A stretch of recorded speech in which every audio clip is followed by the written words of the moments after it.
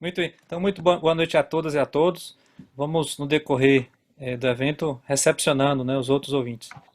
Vamos então dar início a um evento organizado, idealizado pelo nosso querido professor Paulo Modesto, esse professor de administrativo que é uma inspiração para todos do nosso estado e do país. Ele que está hoje lançando, é o primeiro lançamento dos lançamentos, né, do seu mais novo livro, sobre inúmeros temas contemporâneos que precisam ser objeto de apreciação e reflexão. O livro Café com Prosa, Crônicas de Direito e Reforma do Estado, que tem a apresentação do ministro Carlos Aires Brito, que nos honra com sua presença aqui, professor. Né? Eu tenho muito prazer de, nas aulas de direito constitucional, falar sobre a visão holística do senhor, da teoria da Constituição, da sua visão do humanismo. Eu que tive a honra, com os demais presidentes dos colégios, do Colégio de Institutos, no escritório de Jackson de Domênico, eu vi, né, do senhor uma análise sobre temas contemporâneos que o senhor vai hoje brindar, né, toda essa plateia aqui em relação a essa temática. E, mais uma vez, em nome do Instituto dos Advogados da Bahia, em nome do Instituto de Direito Constitucional da Bahia, nós agradecemos efusivamente a presença do senhor. Muito nos honra o senhor estar nesse evento aqui conosco. Obrigado, colega Carlos Ratz. Muito gosto também estar aqui com vocês. Muita honra. E louvando, agradecendo por essa oportunidade do diálogo, que já antecipo como frutuoso, pelo menos para mim, pelo recebimento pelo contributo, pela contribuição de vocês na análise do tema central da nossa posição. Paulo, só para confirmar, nós vamos falar sobre segurança jurídica, Estado de Direito, né, e segurança jurídica. E por ocasião do lançamento do livro do Paulo, que tive a honra de apresentar, e sob aqui a inspiração do professor Luiz Calmon, Antônio Luiz Calmon,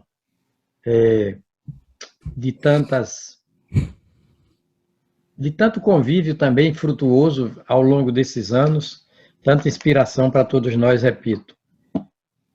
Também está conosco a Rosiane Silva Simão, não é isso? Pelo que me lembro. E uma saudação a quem nos ouve e nos vê telepresencialmente, online, portanto. Muito bem, professor. Então, a sistemática do nosso evento será o início com as palavras do ministro, nosso professor, nosso poeta, Carlos Aires Brito, e depois de sua exposição sobre o tema, o professor Paulo Modesto vai, então, fazer reflexões sobre a temática da segurança jurídica e democracia na contemporaneidade. Depois, volta para Carlos. Professor Carlos Aires Brito para as considerações finais e nós, então, fazemos o primeiro lançamento dos lançamentos desta obra do professor Paulo Modesto. Então, mais uma do professor Paulo Modesto. Ô, Paulo, você que faz as programações com tanto cuidado, qual é o tempo ideal de minha exposição para a gente travar o debate e encetar o debate? Carlos, você não tem prazo, mas o ideal seria 30, 40 minutos no máximo, dentro da temática que conversamos há pouco tempo atrás, da democracia e segurança jurídica, que hoje é objeto, inclusive, de um curso monográfico seu em Brasília, e que com certeza vai nos brindar com muitas informações e reflexões úteis. Obrigado, Paulo, obrigado a todos. Carlos, Rosiane, professor Luiz Calmon, em especial, Antônio Luiz. Democracia, para mim, é um princípio continente, de que tudo mais é conteúdo, na Constituição, logicamente. Todas as figuras de direito, quer sob a forma de institutos jurídicos propriamente ditos, quer sob a forma de instituições, todas as figuras de direito constitucional, portanto, são conteúdos desse princípio maior, uma espécie de primus inter pares, constitucionalmente falando, menina dos olhos, né, da Constituição, desse princípio, volto a dizer, diretamente constitucional da democracia. E, ao dizer isso, eu me louvo na Constituição mesma. Basta lembrar que o preâmbulo dela, a Constituição, já fala de Estado democrático. Mas não é uma fala qualquer. Está dito ali no preâmbulo, aspas, a parte introdutória dele, desse preâmbulo, a parte inicial dele, ele já é preâmbulo e tem uma parte inicial. Nós, representantes do povo brasileiro, reunidos em Assembleia Nacional Constituinte, para instituir um Estado democrático. Mais eloquente discurso não é possível. A destinação, o objetivo da Assembleia Nacional Constituinte, mais centrado, mais focado, foi instituir um Estado democrático. Por isso que eu estou falando da democracia como princípio dos princípios, como princípio continente de que tudo mais é conteúdo. Esse discurso preambular da Constituição, nós sabemos que o preâmbulo é uma espécie de ementa, falemos assim. Toda lei tem sua ementa, né? Sua sinopse, sua síntese, o seu resumo do que materialmente se contém no corpo de dispositivos dela, lei, qualquer lei, de qualquer das leis assim ementadas. A ementa da Constituição tem nome. A Constituição é uma lei maior, é uma lei fundamental, é a lei magna do país. Tem também a sua ementa, é o preâmbulo. E ali está dito, repito, que a democracia se constituiu no supremo objetivo da Assembleia Nacional Constituinte, Estado democrático. A Constituição fala de democracia sob várias denominações. Ora Estado democrático, ora Estado democrático de direito, ora regime democrático, ora com o nome como título de número 5, por exemplo, instituições democráticas, da defesa do Estado e das instituições democráticas. Em várias passagens. Paulo, você que é do Ministério Público, sabe que no artigo 127, cabeça, está dito que o Ministério Público tem 3 destinações: defesa da ordem jurídica, defesa do regime democrático, defesa dos direitos sociais todos e dos individuais indisponíveis. No âmbito da Defensoria Pública, há um link também, um vínculo funcional. A Defensoria Pública é versada no artigo 134 da Constituição como instrumento da democracia. Quando se vai cuidar dos partidos políticos, artigo 17, diz que os partidos políticos são livres, não é? No plano da criação, fusão, incorporação, extinção, contanto que aí vem a preservação que interessa. O regime democrático, ao lado de outras, soberania nacional, por exemplo. Como a Constituição faz uso da democracia, sob variadas nomenclaturas, denominações. Como faz uso da democracia?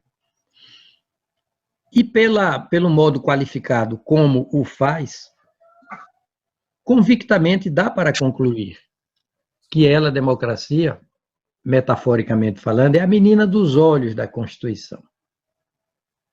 Se é assim, se ela é o princípio dos princípios, é o princípio que mais se faz presente nos outros.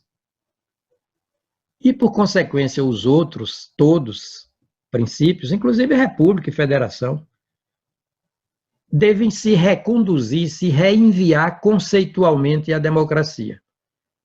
É uma relação interprincipial necessária, ou interprincipiológica. Canotilho fala principial. Nós aqui no Brasil falamos de principiologia, de relação principiológica.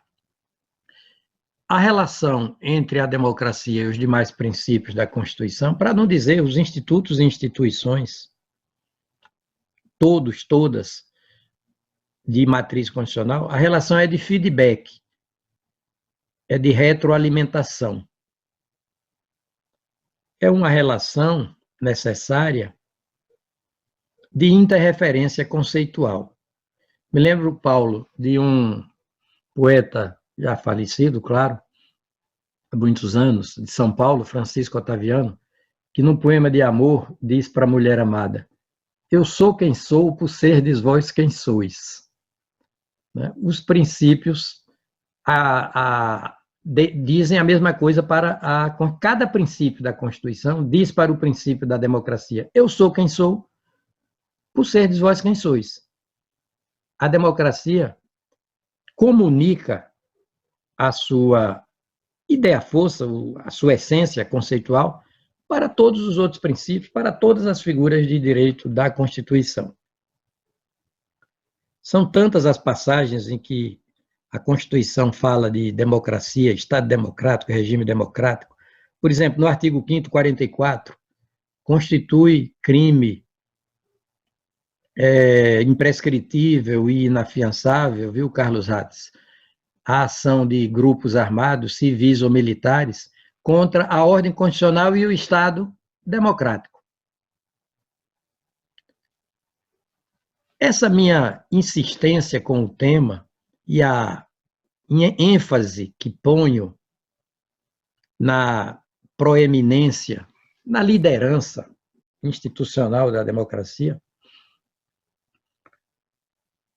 vem a calhar nessa época de visão, eu penso assim, reducionista das coisas, para não dizer negativista. A democracia, vou me permitir lembrar, não é do seu tempo, viu, Paulo, mas é do tempo do professor Antônio Luiz Calmon. Me faz lembrar um musical escrito por Vinícius de Moraes e com melodias de Carlinhos Lira e transformado em recital sob interpretação vocal de Carlinhos Lira mesmo e de Nara Leão. O nome era Pobre Menina Rica. A democracia é uma pobre menina rica. O que é que eu quero dizer com isso? Ela é riquíssima de conteúdos. Riquíssima de conteúdos. Copiosa, exuberante de conceitos. Ela é plurissignificativa, ela é polissêmica, de significado, de sentidos. E, no entanto, é estudada até hoje, pelo menos dominantemente, por modo reducionista, como se exibisse apenas a dimensão política, ou política eleitoral, que está ali no artigo 1º, parágrafo único da Constituição. Todo poder emana do povo e em seu nome será... Não, todo poder emana do povo que o exerce mediante representantes eleitos ou diretamente nos termos desta Constituição. É o parágrafo único do artigo 1º. É o conceito lincolniano de democracia. Democracia na sua pegada, na sua vertente política, bem clássica. Se Lincoln disse democracia é o governo do povo, pelo povo, para o povo,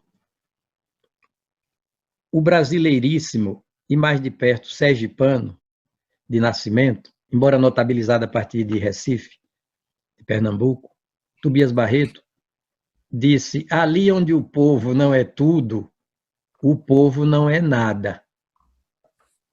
É o conceito mais virtuosamente radical político de democracia que eu conheço. Ali onde o povo não é tudo, o povo não é nada. Acontece, até dicionariamente é assim, né? A gente vai para o dicionário, democracia é uma palavra composta. Ela se compõe de demo, que é povo, e cracia, que é governo, governo do povo.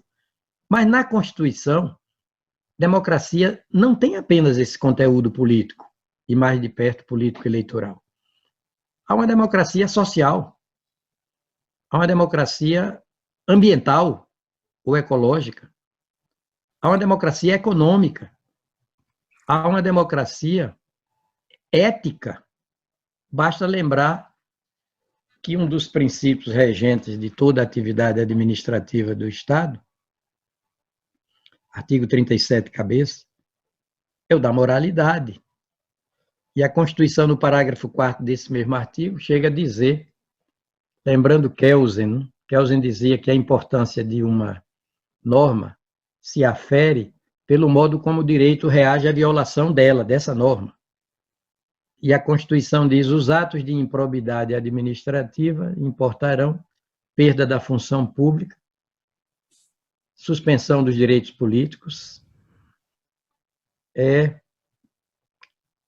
indisponibilidade dos bens, ressarcimento ao erário, sem prejuízo da ação penal cabível.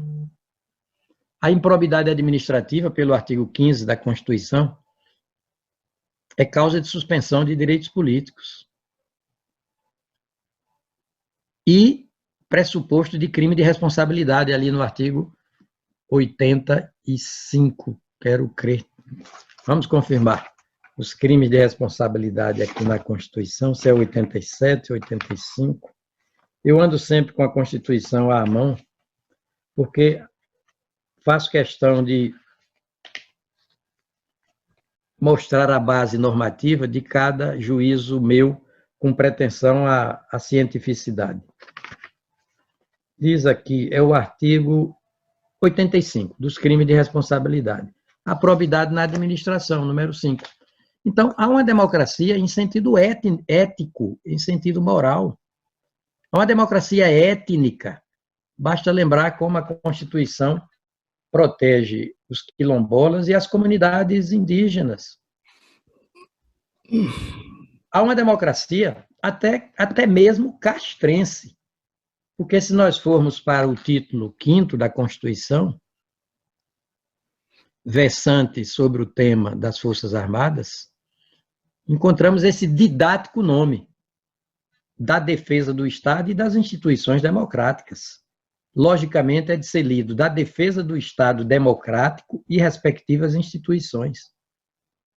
Então, se essa minha proposta metodológica, epistemológica, de focar o tema da democracia plurissignificativamente, a partir dos seus múltiplos conteúdos diretamente constitucional. Isso vai se refletir no conceito de cada instituição, de cada instituto, de cada função própria de cada instituição. Por exemplo, eu falei das Forças Armadas. Como interpretar, pelo prisma da democracia, as funções das Forças Armadas, as destinações? Apenas por ilustração. São 3, não é? Primeira destinação, artigo 142. Defesa da pátria. Como deve ser lido logicamente, sistemicamente? Defesa democrática da pátria. É assim. Como deve ser interpretada a segunda destinação das Forças Armadas? Garantia dos poderes constitucionais. Garantia democrática dos poderes constitucionais. E a terceira destinação? Por iniciativa de qualquer dos poderes, garantir a lei e a ordem. A lei democraticamente elaborada, a partir da lei maior, que é a Constituição. E que ordem? A ordem democrática, não pode ser outra. A Constituição jamais falou do substantivo ordem sem adjetivação. Ordem social, ordem econômica, não é? Ordem pública. A Constituição nunca, jamais, ordem democrática, jamais falou do substantivo ordem sem adjetivação. E se não fosse para defender a democracia, para que armar uma instituição pública? Seria tentação forte demais para a frágil natureza humana, diria Montesquieu, redivivo. Né? É preciso ver também as Forças Armadas como instituições democráticas, o Ministério Público como instituição democrática, a Defensoria Pública como instituição democrática. Como ler o artigo 2º da Constituição nessa perspectiva democrática? Que me parece científica.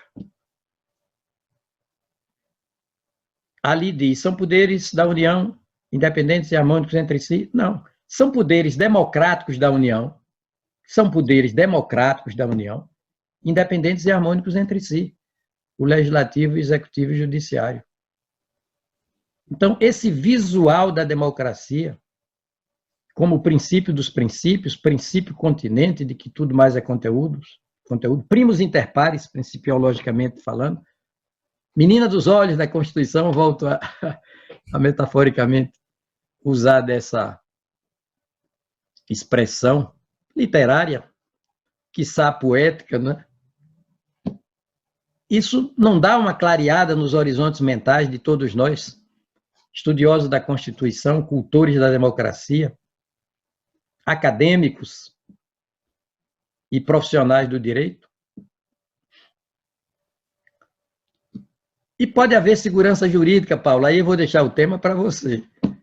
Maior do que isso, a própria expressão Estado Democrático de Direito, ali na cabeça do artigo 1º, significa, pela sua conceituação mínima, o que é Estado Democrático de Direito? Estado que respeita o direito por ele mesmo criado, o direito pós-Constituição, ou então, Estado que respeita o direito para ele mesmo criado, porque a Constituição originária não foi feita pelo Estado, foi feita para o Estado, porque o editor da Constituição originária é a nação. O Estado é criatura da Constituição. E a Constituição é criatura de quê? Da nação. Eu sei que da nação é um desconforto eufônico. O substantivo da nação aí, como algo que perturba, que convulsiona as coisas, é inevitável. É uma armadilha semântica eufônica inescapável. Feita a ressalva, vou repetir. A Constituição originária é criatura da nação, que se reúne em Assembleia Nacional Constituinte. O Estado se reúne em Congresso Nacional. A nação se reúne em Assembleia Nacional Constituinte para elaborar a Constituição originária. E aí eu termino a minha exposição, para abrir o debate, lembrando que essa Constituição, que fez da democracia o princípio dos princípios, numa linguagem filosófica, o valor dos valores. Porque nós sabemos que os valores estão para a filosofia, assim como os princípios estão para o direito. O que a filosofia chama de valor, como consubstanciação de um ideal civilizado de vida, o direito chama de princípio. Então, essa Constituição, que fez do princípio da democracia o seu, filosoficamente, valor por excelência, ela foi elaborada pela nação. A nação é única. A Constituição é única. É a única lei que não tem número, porque é número único. A nação é número único, porque nós temos muitas pessoas estatais. A República Federativa do Brasil como um todo é um Estado, protagonizando relações internacionais, notadamente. A União é um Estado, é uma pessoa estatal. O Estado-membro é uma pessoa estatal. O Distrito Federal é uma pessoa estatal. O município é uma pessoa estatal. Nós temos vários estados, uma só nação. Porque nação não é uma sociedade, é uma comunidade atemporal. Corresponde à ideia muito presente numa família, a ideia de atemporalidade. Nação é uma espécie de laço invisível, enlace afetivo entre a ancestralidade, a coetaneidade, também chamada de contemporaneidade, e a posteridade. Numa família é assim também. É um vínculo, sobretudo afetivo, entre ancestrais, contemporâneos e pósteros. A ponto de Rui Barbosa dizer apropriadamente que a nação, a pátria, é a família amplificada. São as comunidades por excelência. Sociedade é uma aglomeração de pessoas. Ocasionalmente, mecanicamente, às vezes por forma automática. Comunidade, não. É um enlace, né, que se caracteriza, sobretudo, pela afetividade entre pessoas. Pessoas que se querem bem, que se admiram, confiam umas nas outras. Isso é comunidade. A nação é uma comunidade. É ela que se reúne em Assembleia Nacional Constituinte para elaborar a Constituição. A nação é única e a Constituição é única. Temos numerosíssimas leis, uma só Constituição. Numerosíssimas leis, uma só Constituição. Portanto, da unidade da nação para a unidade da Constituição. E no âmbito da Constituição, a unidade dos princípios simbolizados na democracia. A democracia é o princípio que confere à Constituição, que confirma na Constituição a sua característica de unidade material. A unidade material da Constituição e, ao mesmo tempo, a sua supremacia normativa, uma e outra, supremacia e unidade, se viabilizam pelo princípio continente de nome democracia. Agora, para assegurar essa lógica eminentemente constitucional, vem a terceira realidade, que é única também. E vou falar dela e termino. Nós temos vários estados, temos vários tribunais, muitos tribunais. 27 tribunais estaduais, não é isso, Paulo? 27 tribunais regionais do trabalho. 27 tribunais regionais eleitorais. 5 tribunais federais. 4 tribunais superiores. E um só Supremo. Olha a trajetória da tríplice unidade. Nação, Constituição, Supremo Tribunal Federal. E aí a lógica sistêmica da Constituição esplende feericamente como estrela de primeiríssima grandeza. E se dá, por efeito desse visual das coisas, quero crer, a melhor ordenação do pensamento da gente. O pensamento da gente se ordena, sobremodo, pelo visual dessa tríplice trajetória da unidade, que tem a Constituição como intermediária entre a nação e o Supremo Tribunal Federal. Não por acaso encarregado, incumbido pelo artigo 102, cabeça da Constituição, de guardar precipuamente a Constituição. Muito obrigado. Muito bem. Parabéns, Carlos. Primeiro, Rates, se você me permitir, eu entro para agradecer, em primeiro lugar, não só a sua acolhida, a acolhida do Instituto de Direito Constitucional da Bahia para esse debate. Eu não podia fazer em outra casa. E a carinhosa acolhida também do amigo Carlos, que é um amigo muito antes de ser ministro. Carlos e eu nos conhecemos há quase 30 anos, convivemos esse tempo todo com absoluta paz, dialogando constantemente ao telefone, e eu disse a ele: Carlos, está na hora de fazermos uma live. Ele disse: sim, vamos fazer uma live. Eu falei: vamos fazer uma live aproveitando para que está chegando o livro aí, e a gente conversa um pouco sobre um tema da atualidade. E casamos logo rapidamente com o tema da democracia e da segurança jurídica, que é um dos temas também centrais do livro. E um tema permanente no pensamento de Carlos Aires Brito, que, inclusive, eu até hoje consultava o livro dele, Teoria da Constituição, onde está lá destacado já o princípio democrático, como ele mesmo colocou, como um princípio regente, bússola, basicamente, de todos os demais princípios.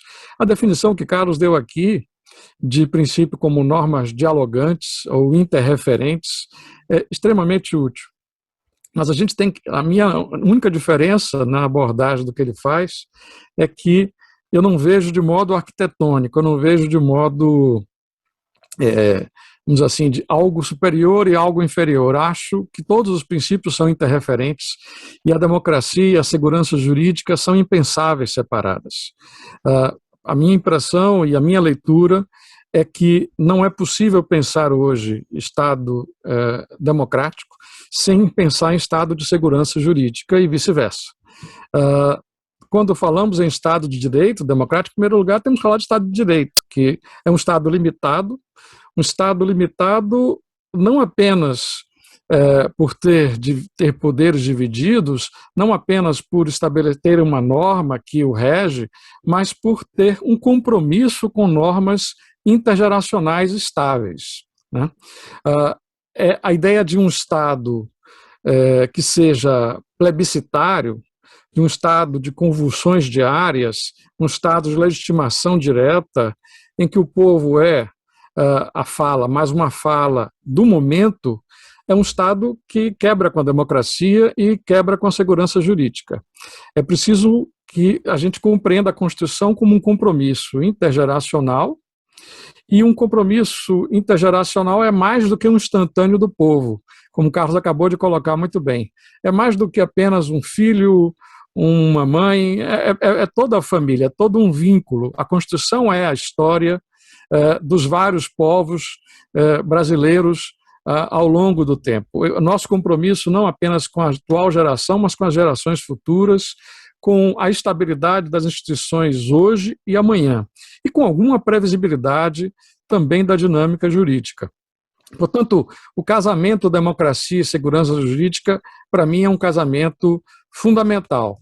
E, ao mesmo tempo, sem estrutura arquitetônica, sem haver hierarquias propriamente ditas. A segurança jurídica perpassa todos os demais princípios constitucionais também, a democracia perpassa todos os princípios constitucionais também. São princípios cardeais, no sentido de que eles são dialogantes com todos os poderes, com todos os princípios e com todas as normas. Esta é a primeira ideia que eu faria e, na verdade, conjuga e convive perfeitamente com a abordagem que Carlos faz. Qual é a questão que hoje se coloca? A questão que hoje se coloca, que também Ferraz Joly já colocou muito bem, é que um Estado que busca ser imediatamente vinculado à opinião pública imediata e desvaloriza o legislativo, desvaloriza os partidos, desvaloriza o sistema de controle, ou, mais precisamente, a dimensão constitucional da democracia, né? A dimensão legal também da democracia, é um Estado de poderes selvagens, é um Estado que tem com a democracia uma briga sobre o argumento de que é amigo da democracia porque tenta encontrar uma legitimação popular direta, na verdade, faz com que existam líderes messiânicos, líderes que concentram todos os poderes e rompem com a separação dos poderes, rompem com a imprensa, rompem com os partidos, rompem com a segurança jurídica. Esta é a primeira questão que eu preciso colocar. Na verdade, essa legitimação popular direta e imediata, que eu considero instantânea e não intergeracional, ela cria o que Michelangelo Bovero chamava de autocracia eletiva, né? Uma ruptura, portanto, do sistema democrático, sob o argumento de revalorização da democracia e de reação aos tribunais ou reação aos parlamentos que estariam sendo usurpados. Isso destrói qualquer democracia. Isso é trágico, rompe com a democracia e não pode ser aceito em hipótese nenhuma. E nós estamos assistindo isso no mundo inteiro, uma tentação e uma tendência muito forte à erosão dos estados constitucionais por dentro, né? O que também Ferraz Joly chama de processos desconstituintes, né? Processos desconstituintes de cima, processos desconstituintes de baixo, mas processos desconstituintes que vão erodindo, né, os marcos estáveis do Estado Democrático de Direito. O Estado Democrático de Direito, como eu referi, tem uma dimensão legal constitucional, ou, se quisermos falar em termos sociológicos, tem uma dimensão intergeracional que permite falar até naquela metáfora, velha metáfora do Ulisses, todo mundo cita em matéria constitucional. Todos sabem que Ulisses, personagem da mitologia, ele queria muito ouvir o canto das sereias. Tinha total interesse nisso, mas ele sabia que todos os comandantes de navio que ouviam o canto das sereias, eles sucumbiam na costa, eram destruídos, né? E o que Ulisses propôs, então, algo muito simples, um ardil. Ele ficaria preso no mastro, teria as suas mãos, os seus pés, tudo preso, mas estaria com seus ouvidos abertos. E os seus marinheiros colocariam ceras nos ouvidos para passarem incólumes, né, pela Ilha das Sereias. E assim ele fez. E ele antecipadamente avisou os seus marinheiros, caso ele gritasse muito pedindo para ser desamarrado, para ser libertado e reconduzir o navio para a Ilha das Sereias, que os marinheiros o prendessem ainda mais forte, porque ele não resistiria à tentação. E assim ele fez, assumindo um pré-compromisso de renúncia ao poder, né? De renunciar à condução do navio para a sobrevivência de todos, inclusive dele mesmo, né? Para sobreviver, ele se amarrou ao mastro e assumiu o compromisso de, ainda que tendo prazer em ouvir as sereias, conduzir todos com segurança a um mar seguro, a um mar pacífico. A Constituição tem esse papel, ela tem um papel da comunidade política, não do instante, mas intergeracional, de toda a história, que consegue elaborar uma pauta de autocompromisso da nação com ela mesma, estabelecendo uma divisão de poderes, estabelecendo direitos básicos para as minorias, estabelecendo garantias essenciais para o jogo democrático, para que esse jogo seja limpo, seja seguro, não seja de um só, nem seja vítima e vulnerável a um líder messiânico qualquer. Isso é essencial na democracia. Esse autocompromisso é essencial. Se ele não existir, teremos autocratas eleitos, teremos a destruição e a decomposição da própria democracia enquanto jogo civilizado de poder, né? Teremos, portanto, uma ruptura completa do Estado democrático, aquele primeiro que consiga formar uma maioria qualificada. Portanto, eu vejo tanto a segurança jurídica quanto a democracia como o binômio necessário. Mas eu não quero fazer discurso de lamúria, eu sou totalmente contrário a isso, eu sou um sujeito pragmático que gosta sempre de oferecer reflexões institucionais, tentar identificar onde institucionalmente nós estamos estimulando, incentivando processos desconstituintes e onde podemos aperfeiçoar instituições, né? Pragmaticamente, não adianta pensar apenas em termos de lamúria. Eu brincava com um amigo meu há pouco tempo atrás, Marcos Sampaio, que talvez esteja por aqui, eu dizia: Marcos, não aguento mais ouvir fados constitucionais, não aguento mais ouvir lamúrias de que o Estado de Direito está rompido, que os poderes estão sendo destruídos, e simplesmente lamúrias e lamúrias, né? Não é possível. Nós temos que oferecer, quando estudarmos a Constituição, enfim, coisas que contribuam, incentivem, reforcem o diálogo dos poderes, a democracia e o compromisso essencial, intergeracional, que é a Constituição. Então, para ser objetivo e voltar depois para Carlos, que tem muito mais a dizer do que eu, sempre com muito mais beleza, com muito mais poesia, na verdade, o nosso diálogo é muito ao longo do tempo, enquanto nós ligamos um para o outro por telefone toda semana quase, nós levamos bom tempo recitando poesias e conversando sobre poesias, porque ele tem essa facilidade fantástica de traduzir o direito em poesia. Eu não tenho, mas faço o possível para falar claro e direto. É o máximo que eu consigo. Não consigo ser poético como Carlos, que consegue fazer, em síntese, figuras de linguagem e enfim, enunciação que ficam na mente e cravadas como tatuagem, como diria Chico Buarque. Entre os problemas, eu selecionei 3 do Legislativo, 3 do Executivo, 3 do Judiciário, que eu considero problemas institucionais hoje que criam dificuldades. No pano do fundo, eu começo já pelo Executivo, na questão da reeleição. Eu acho que a reeleição nesse país foi trágica. A reeleição é um instituto que no Brasil não funciona bem, porque ele desequilibra o jogo de poder, prolonga excessivamente o domínio de um certo grupo político, o que acirra as disputas eleitorais, radicaliza o debate parlamentar, estimula o que nós temos visto nos últimos tempos, que é confrontações políticas e não propriamente diálogo político, né? Acredito eu, com muita convicção, que a reeleição fez mal à nossa democracia, não fortalece,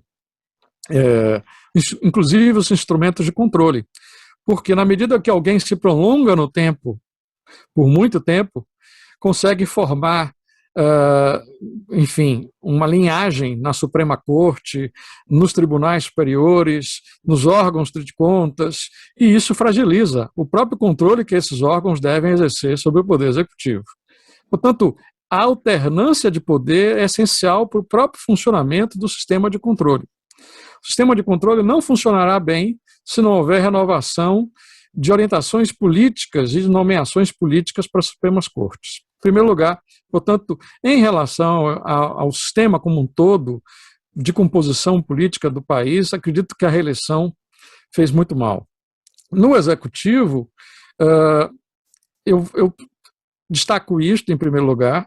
Em seguida, destaco a fragilidade dos projetos de lei que nós temos e dos projetos de emenda constitucional também que nós temos. Tudo se apela para emendas constitucionais. Eu participei logo no início desse governo, eu participei de uma reunião no Ministério da Economia, junto com o professor Carlos Ari Sonfeld, nós fomos chamados para discutir alguns temas e colaboramos com todos os governos. Eu acho que a missão do professor de direito público, direito administrativo, direito constitucional, hoje eu fico me perguntando se eu ensino de constitucional ou se eu ensino administrativo, porque há um condomínio sem cercas aí, em muitos momentos. Nós fomos ao Ministério da Fazenda deste governo. Como eu já ajudei o governo Lula, já o governo Fernando Henrique, em vários momentos eu participei de vários projetos de lei de diferentes governos, não tenho preconceito nenhum, desde que sejam racionais. Mas me impressionou muito, na reunião que eu tive com o Carlos Ari e o Ministério da Fazenda, uma equipe de técnicos muito interessada e motivada a aperfeiçoar instituições, é que tudo se queria fazer emendas constitucionais. Eu disse, mas isso não precisa, para fazer isto, aquilo, basta alterar a lei tal qual, e nem lei existe até sobre alguns desses tópicos aí. É preciso aprovar uma lei ordinária, resolve o problema. Algumas questões envolvendo o processo, algumas questões envolvendo a organização administrativa, não precisam de emenda constitucional. Podem ser feitas diretamente. Já tivemos um episódio incrível do COAF, que poderia ter sido feito por decreto. Foi um debate de meses no Congresso Nacional para discutir onde localizar o COAF. Quer dizer, realmente não tem o menor sentido. E me parece que esse emendismo, portanto, ou como preferem os portugueses, esse frenesim constitucional, essa quantidade excessiva de emendas constitucionais, de péssima técnica legislativa, também compromete a segurança jurídica na dimensão da inteligibilidade, da calculabilidade e da própria confiabilidade das normas que estão aí. Dimensões que Humberto Ávila muito bem pontificou no seu belíssimo livro sobre segurança jurídica. E outra dimensão que me parece importante destacar é o assembleísmo, né? Essa tentativa do executivo de ficar se legitimando de forma direta por comícios imediatos, sem fazer uso do sistema partidário, do diálogo com o Congresso, do diálogo com os tribunais. Esse assembleísmo é péssimo para a democracia, fragiliza a democracia, na medida em que tenta anular o sistema de separação dos poderes através de uma legitimação direta que só faz, como eu mencionei no início, fragilizar a dimensão constitucional da democracia. Por outro lado, também o Supremo Tribunal Federal não pode continuar tendo decisões sensíveis tão fortes de forma tão reiterada por ministros singulares. Já passou a hora de termos as liminares dos ministros singulares feitas apenas pelo presidente e em situação de recesso ou de máxima emergência. A lei que trata das ações diretas de inconstitucionalidade já faz essa escolha, especifica que as liminares só podem ser concedidas no recesso, em situação emergencial, e elas se transformaram em algo cotidiano, com tribunal aberto, com tribunal com sessão a 1, 2 dias depois. Isso não tem sentido. Isso realmente faz também a erosão da credibilidade da Corte, até porque há liminares contraditórias, né? Liminares que não têm a menor viabilidade sequer prática de serem implementadas de forma imediata. Outra dimensão institucional que me parece que tem que ser corrigida para que a nossa democracia não sofra erosão é a obstrução de pauta. Nós temos que ter mecanismos de evitar a obstrução de pauta por um personagem só, o presidente da corte, e mecanismos de diálogo até entre os poderes. Por que não, quando o Supremo declarar inconstitucionalidade por omissão, esta declaração de inconstitucionalidade por omissão desencadear um processo legislativo acelerado para os projetos de lei que estão em curso no Congresso Nacional relativamente àquelas matérias e vice-versa, o Congresso Nacional poder aprovar uma urgência de pauta para alguma matéria que esteja na pauta do Supremo e que precise entrar em discussão e resolver uma questão sensível para o país, sem que o país tenha que aguardar 1, 2 anos para que um presidente coloque na pauta por qualquer conveniência política unipessoal do presidente. Isso também não me parece razoável.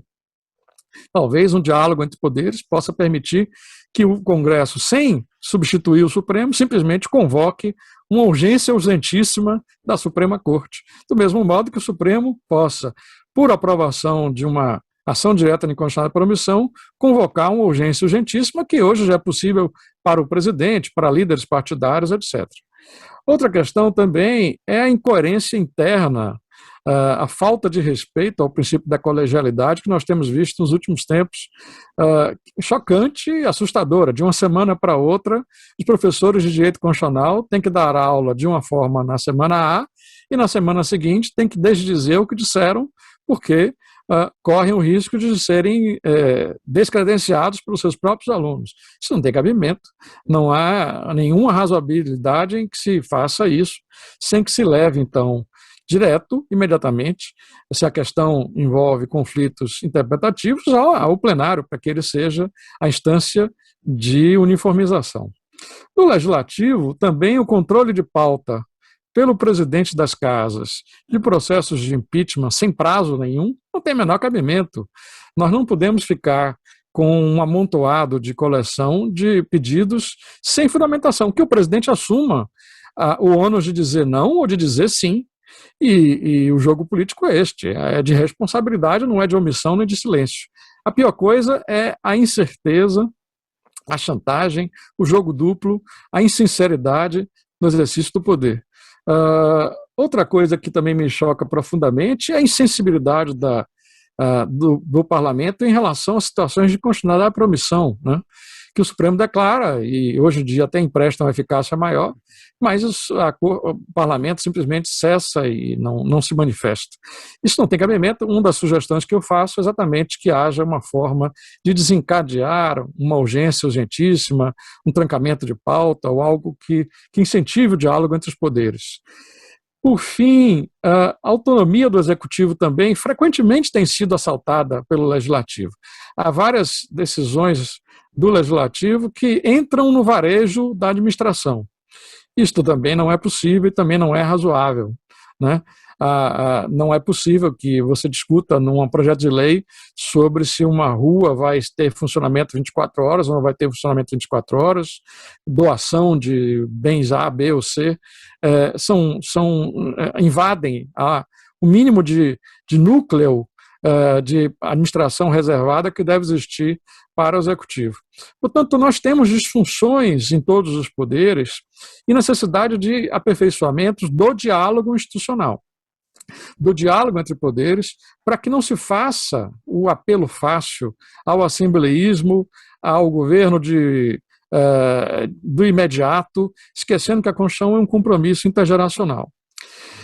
No livro que estamos lançando hoje, também aqui em primeira mão, Café com Prosa, eu tento abordar alguns desses temas, muito focando a sucessão de emendas constitucionais na área da Previdência, que tem causado muita insegurança jurídica, até pela desconsideração das normas de transição que estão em curso, que são aviões que estão voando e que tem que mudar de rota no meio do caminho, que não tem cabimento nenhum, quebra qualquer confiança, calculabilidade do cidadão nas normas e quebra a própria confiança nas novas normas de transição.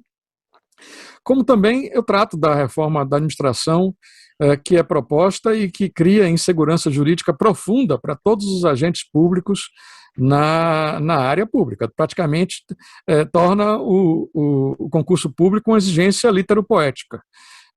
E, na verdade, não pode ser.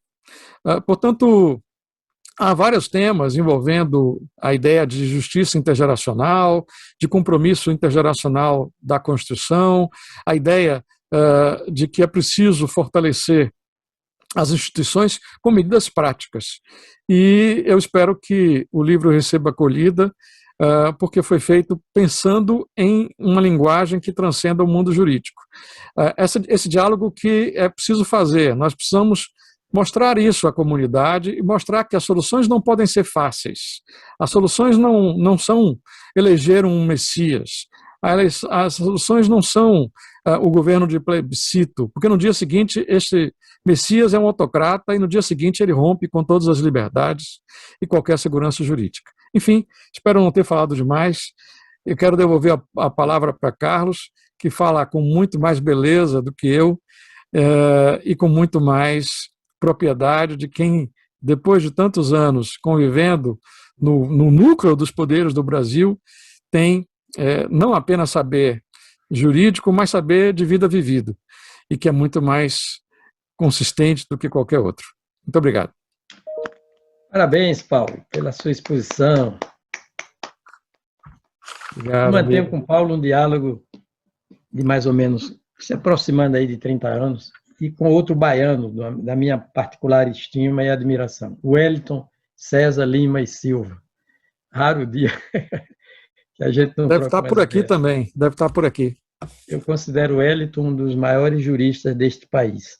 Que bom. Pensamento ordenado, ele é acadêmico e é profissional de primeira linha, de primeira qualidade.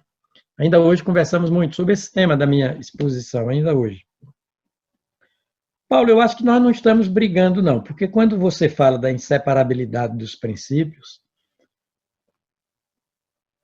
está confirmando essa posição de liderança, de líder, de primos interpares, olha, interpares da democracia. Eu apenas coloco ênfase na democracia porque ele é o princípio que mais se faz presente nos outros princípios. E é o princípio mais citado, até quantitativamente, pela Constituição. E enfaticamente nem se fala. Não é? Isso ordena o pensamento da gente.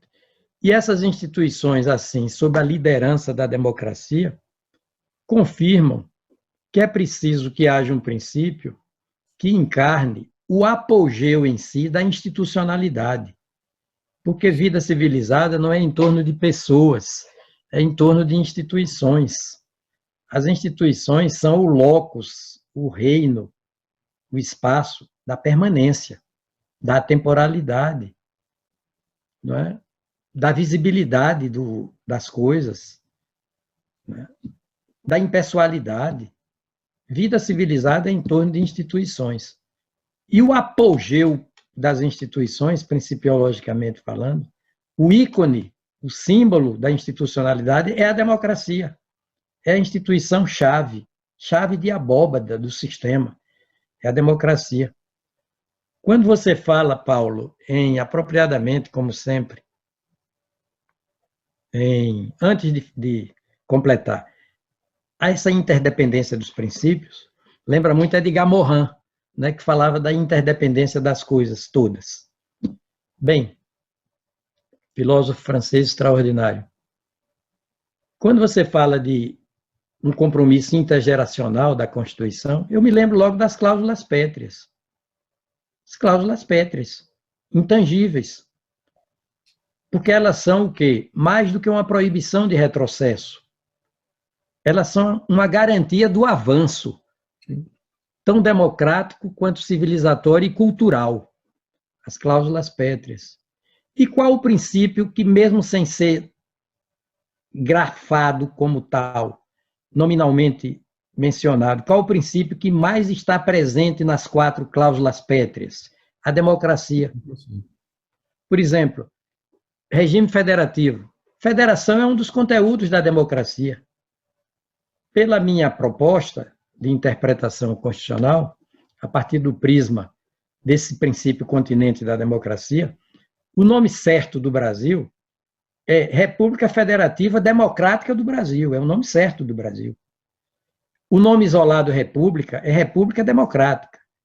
O nome isolado de federação é Federação Democrática. Qual é o primeiro princípio da Constituição? Regime federativo, né? Do parágrafo 4º do artigo 60, cláusulas pétreas. Vamos lá. Quando se diz regime federativo, a democracia está presente. É cláusula pétrea. Artigo 60, parágrafo 4º. Forma federativa de Estado. A federação é uma federação democrática. A democracia está presente. Segunda cláusula pétrea. O voto direto, secreto, universal e periódico. É a democracia em sentido político. Todo poder emana do povo. Então, a democracia está presente. Separação dos poderes. Eu disse que o artigo 2º deve ser entendido, lido logicamente, sistemicamente, como separação democrática dos poderes. Olha a democracia presente. E, finalmente, direitos e garantias individuais.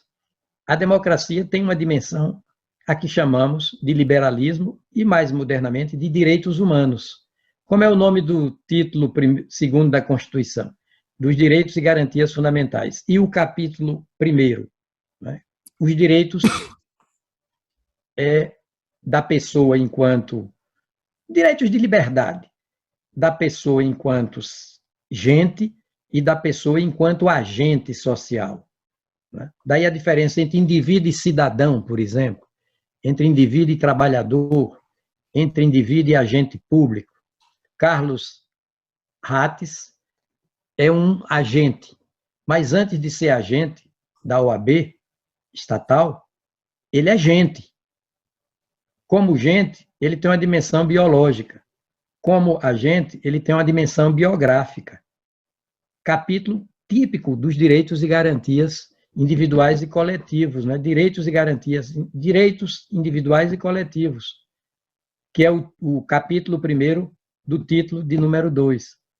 Olhe como a democracia está presente em cada uma das cláusulas pétreas. E assim, conceituada como princípio dos princípios, ela ordena melhor o nosso pensamento, inclusive da perspectiva da segurança jurídica. Onde localizar na Constituição? Em que capítulo localizar a segurança jurídica? O preâmbulo fala de segurança jurídica, dizendo que são 6 os valores, numa linguagem mais filosófica do que jurídica. São 6 os valores supremos de uma sociedade pluralista, fraterna e sem preconceitos. E vem a enumeração deles pelo preâmbulo. Liberdade, igualdade, segurança. Olha a segurança aí. Uhum. Bem-estar, desenvolvimento e justiça. O capítulo dos direitos individuais e coletivos é o capítulo próprio da segurança jurídica. Segurança jurídica não como direito substantivo, mas como direito adjetivo, porém como direito adjetivo e, portanto, garantia. Por exemplo, ninguém será obrigado a fazer ou deixar de fazer alguma coisa senão em virtude de lei. É a garantia de que, sem lei, ninguém pode ser obrigado a fazer ou deixar de fazer alguma coisa. A garantia de que a lei não prejudicará o direito adquirido, o ato jurídico perfeito e a coisa julgada. A garantia do devido processo legal. Então, o tema da segurança jurídica está embutido nesse capítulo dos direitos e garantias, no título, Direitos e Garantias Fundamentais, capítulo dos direitos individuais e coletivos. Ora, esse capítulo inteiro, como o título inteiro também, tudo é conteúdo da democracia brasileira. Por que são chamados de direitos e garantias fundamentais? Por que a Constituição? Olha como a Constituição, de certa forma, eu sei que não é cientificamente correto dizer, hierarquizar, escalonar, mas ela, numa linguagem de Kelsen, ela confere mais importância, mais relevância a uns temas do que a outros. Por que ela chama os princípios do título 1º de fundamentais e os outros não? Por que ela chama o título de número 2 de direitos e garantias fundamentais e os outros não? Eu dou uma explicação. os direitos e garantias são fundamentais, título número 2, porque eles relançam o discurso do título número 1, dos princípios fundamentais. A matéria atrai a matéria, uma coisa puxa a outra. Sem os direitos e garantias fundamentais, os princípios fundamentais do título 1 seriam uma bolha normativa, seria uma proclamação retórica, discurso para inglês ver. É preciso que haja direitos igualmente fundamentais para tonificar, robustecer, vitalizar os direitos e garantias, os princípios fundamentais, fazendo-o saltar da vida pensada, de que falou Paulo, para a vida vivida. Agora, são também fundamentais esses direitos e garantias do título número 2, porque eles fundamentam a personalidade humana, eles cimentam a personalidade, eles elementarizam a personalidade, a ponto de se poder afirmar, não há personalidade de um lado e esses direitos e garantias do outro. Não! Tudo é um holisticamente. Para lembrar, Paulo, você falou do meu livro Teoria da Constituição, e eu falo do advento do constitucionalismo fraternal mediante um visual holístico das coisas. Eu falo do holismo como categoria jurídica. O holismo, tudo é um para o holismo, né? Tudo é um. Tudo é imbricado, tudo é concatenado, tudo é interreferente, tudo é interdependente.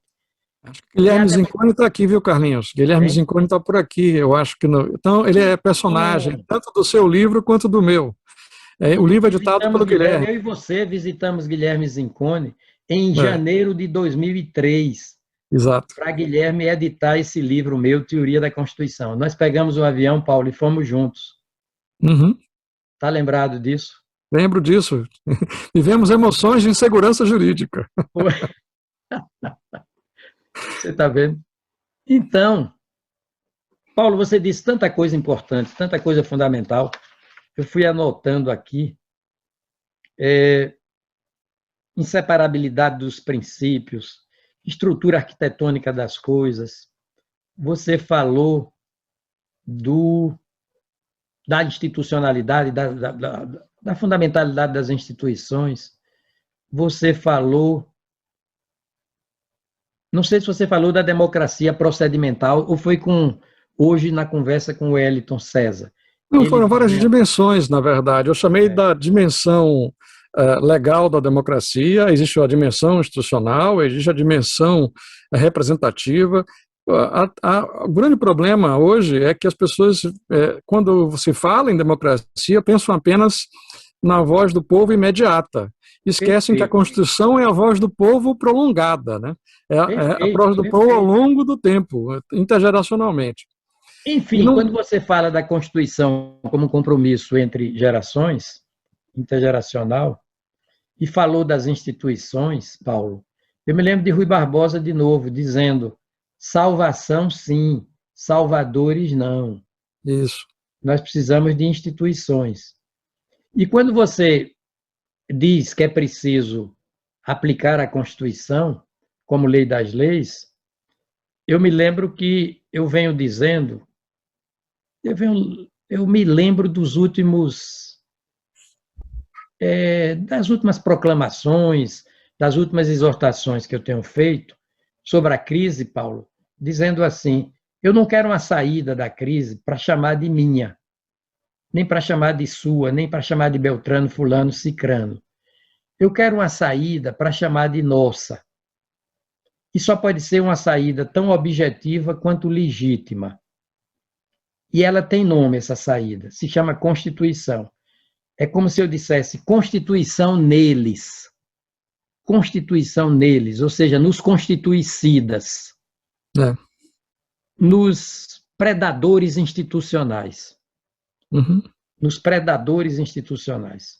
Deixa eu fazer um contraponto aqui numa questão. Quando você menciona, e eu concordo, as cláusulas pétreas como um núcleo de identidade da Constituição, eu já também usei essa figura várias vezes num trabalho há muito tempo escrito, em que eu defendo a tese de que ali está a Carta de Identidade da Constituição em primeiro lugar, quer dizer, aquilo que é persistente e duradouro. Eu percebo ali, nessas cláusulas do artigo 60, um apelo à institucionalidade muito forte. Não se fala apenas em direito de voto, fala-se em direito de voto periódico. Não se Perfeito. fala em legitimação simplesmente, fala-se em separação de poderes, em separação, inclusive, interfederativa, federalismo, né? Não só territorial, institucional, mas também territorial. Portanto, há nas cláusulas pétreas, forma federativa de Estado, voto direto, secreto, universal, periódico, sobretudo, separação dos poderes, direitos e garantias fundamentais, uma preocupação com não apenas a estática da democracia, mas a dinâmica dela, que exige um corpo legal, institucional, permanente, que não pode ser desmontado apenas sobre o argumento de que eu tenho a maioria ou tenho, naquele momento, a supremacia das forças políticas.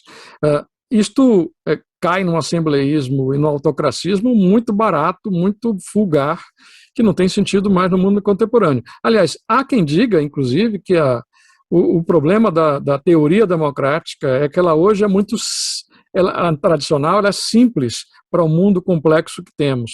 Há professores que hoje defendem uma tese de uma democracia complexa, mas nem por isso deve ser comunicada mal, deve ser comunicada simples. Os problemas podem ser complexos, mas podem ser comunicados simples. E o que eu vejo aqui é um embrincamento necessário, uma correlação necessária entre democracia e segurança jurídica, porque eu tenho muito medo de hierarquizações.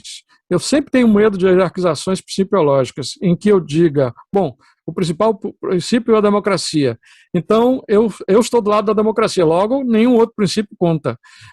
Esse tipo de hierarquização que cria subordinações me atemoriza. A minha ideia de considerar que democracia e segurança jurídica são,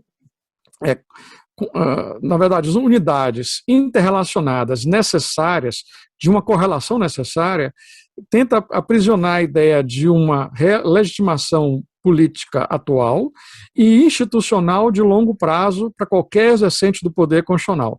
Para que um Estado constitucional exista, ele precisa dessas duas coisas: legitimação atual e, ao mesmo tempo, legitimação intergeracional ou institucional, como se queira chamar.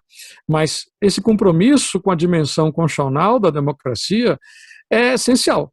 E, senão, ela se desmonta, ela se destrói. Do mesmo lado, a segurança jurídica sem democracia não existe. É impossível, porque se você tem um autocrata, você tem o estado máximo de insegurança jurídica, porque um só diz o direito vigente.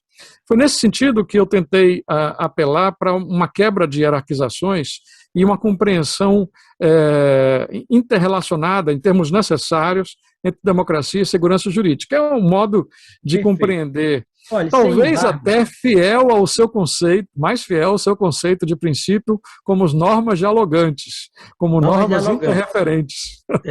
Olha, Paulo, Hans Kelsen dizia: a relevância de uma norma, a maior ou menor essencialidade de uma norma jurídica positiva, no discurso impessoal, genérico e abstrato, que é de lei e sentido material, Kelsen dizia, afere-se a importância de uma norma pelo modo como o direito reage à violação dessa norma.